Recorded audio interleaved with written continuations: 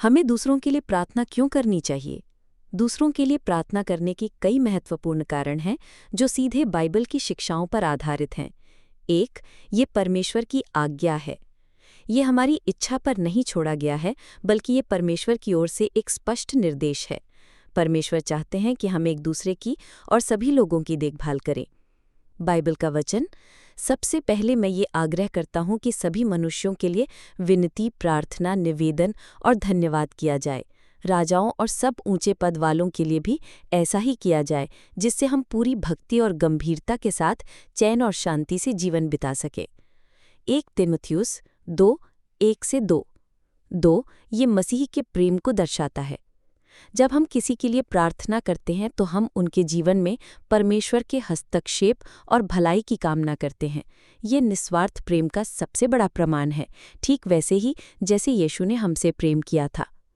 Bible का वचन, एक दूसरे का भार उठाओ और इस प्रकार मसीह की व्यवस्था को पूरी करो।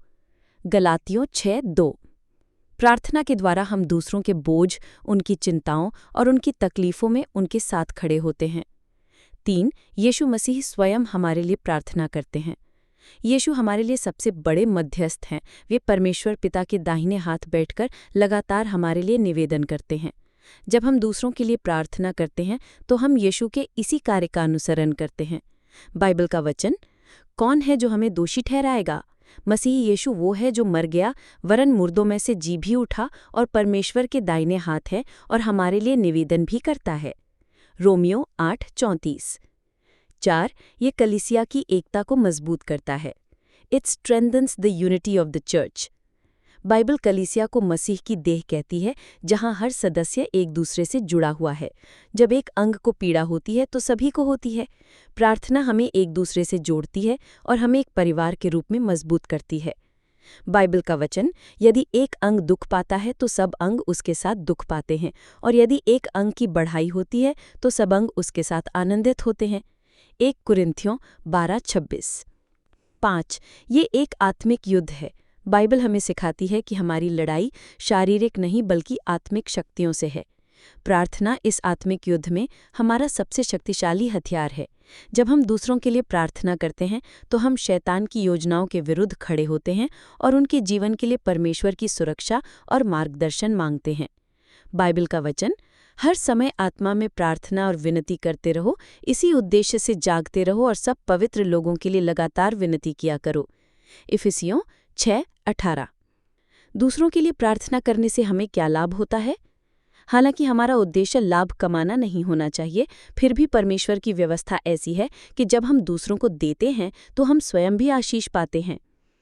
हमारा आत्मिक विकास होता है। जब हम दूसरों की ज़रूरतों पर ध्यान केंद्रित करते हैं तो हम स्वार्थ से दूर होते हैं।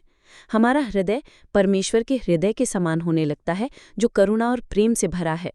इससे परमेश्वर के साथ हमारा रिश्ता और भी गहरा होने लगता है।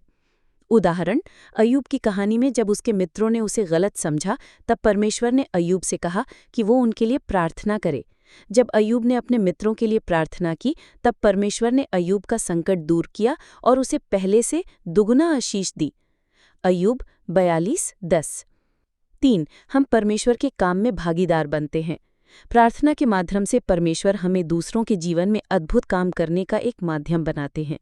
जब हमारी प्रार्थनाओं के उत्तर में किसी का जीवन बदलता है, किसी को चंगाई मिलती है या कोई मुश्किल से बाहर आता है, तो हमें परमेश्वर के काम का हिस्सा होने का गहरा आनंद और संतुष्टि मिलती है। 4, परमेश्वर हमारी अपनी प्रार्थनाओं को भी सुनते हैं। जब हम ईमानदारी से और निस्वार्थ भाव से दूसरों के लिए प्रार्थना करते हैं तो हम परमेश्वर को प्रसन्न करते हैं। वो हमारे त्याग और प्रेम को देखता है और बदले में वो हमारी ज़रूरतों को भी पूरा करता है। दूसरों के लिए प्रार्थना करना परमेश्वर की आज्ञा का पालन करना है, यीशु के प्रेम को प्रदर्शित करना है और आत्मिक रूप से मजबूत होने का एक तरीका है। ये हमें स्वार्थ से निकालकर परमेश्वर और दूसरों के करीब लाता है।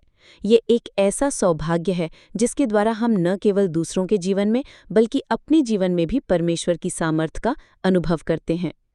आमीन।